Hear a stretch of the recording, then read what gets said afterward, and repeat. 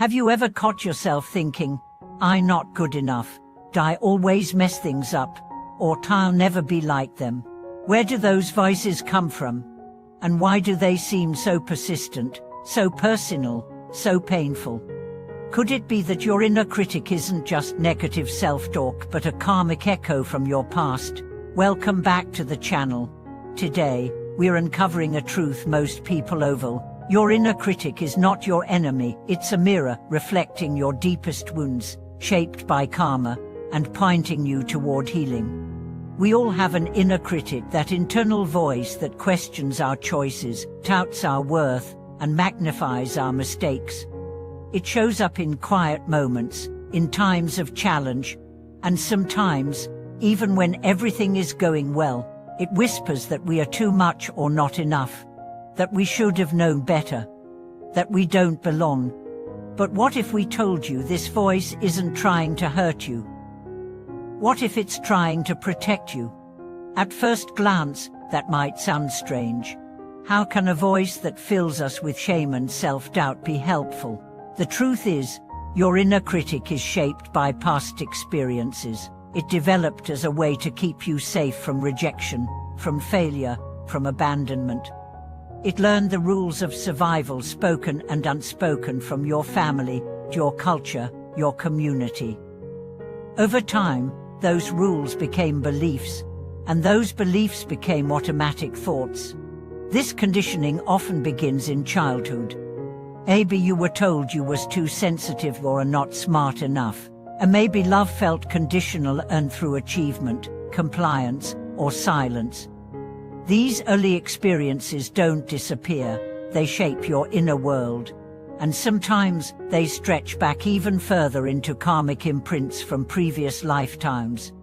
Karma is the unseen force that links our past actions, intentions, and experiences with our present reality. But karma doesn't just affect what happens to us, it affects how we think, feel, and relate to ourselves.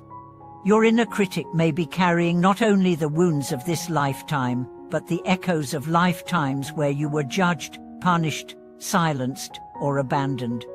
This is the karma mirror.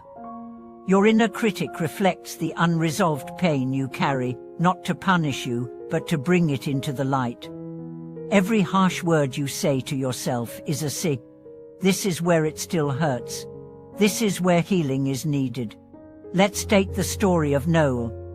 He was a high achiever, always striving for perfection, constantly afraid of failure. His inner critic was relentless, telling him he wasn't good enough unless he succeeded. Through introspective work and karmic exploration, Noel uncovered a past life as a monk who was cast out of his spiritual order for breaking a vow. The shame and rejection from that life left a deep karmic imprint. In his current life, that shame translated into perfectionism, and his inner critic became the voice of that ancient judgment. Recognizing this pattern helped Noah soften. He began to understand the voice not as truth, but as trauma. And with that understanding, he began to heal. To decode your inner critic, you must first listen. Not to believe, but to understand. What does the voice say? Is it telling you that you're not lovable, not capable, not safe? Write it down. Get curious. When does it show up? After making a mistake? In social situations? When you rest instead of hustle? Now ask, whose voice is this, really? Is it your mother's disapproval? A teacher's criticism? A religious doctrine? An old vow from another life? The more you trace the origin, the more you begin to see that the critic is not original, it is inherited. It's a composite of old voices, old wounds, old karma. But here's the magic: once you see the pattern, you can change the relationship. Instead of fighting the critic, shift your perception. What if the voice isn't your enemy, but a wounded child? What if, instead of arguing with it, you responded with compassion? Imagine saying, "I hear you. I know you're trying to keep me safe. But I've got this now." Self-compassion is the antidote to the inner critic. It doesn't silence the voice with force, it softens it with understanding. It creates space between the thought and your identity. You are not your critic. You are the one who hears it. Self-acceptance is the next step. Embrace your imperfections. Celebrate your quirks. Honor your sensitivity. These are not flaws, they are features of your soul's design. The more you accept yourself as you are, the less power the critic has. Let me share the story of Leela. She struggled with body image her entire life. Her inner critic constantly told her she was unworthy, unattractive, and unlovable. No amount of dieting or compliments could change the way she felt. Eventually, through spiritual coaching, she began exploring the deeper roots of her self-loathing. In meditation, she recalled a lifetime where she had been judged solely for her appearance, used, discarded, dehumanized. That pain carried over. Her inner critic was the echo of that karmic wound.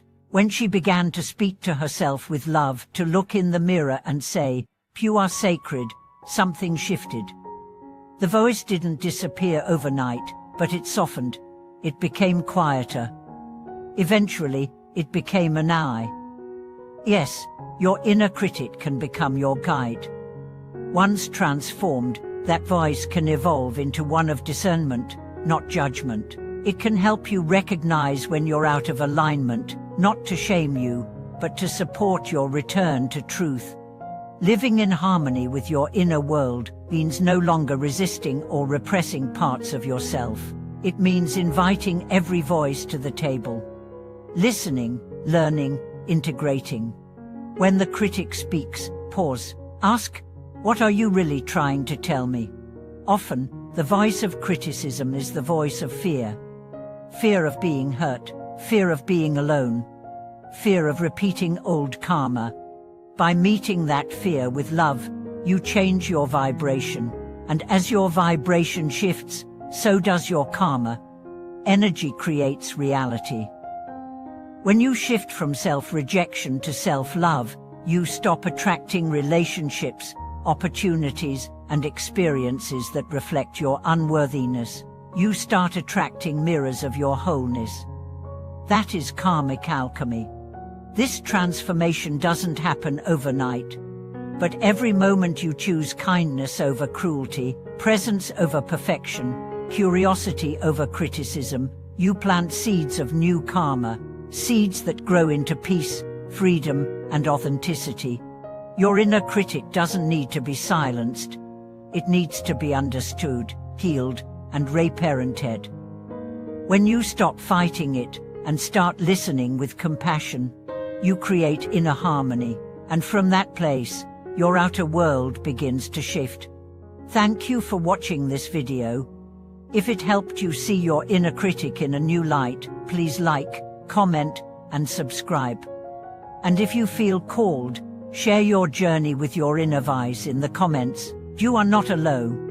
Your story might be the mirror someone else needs.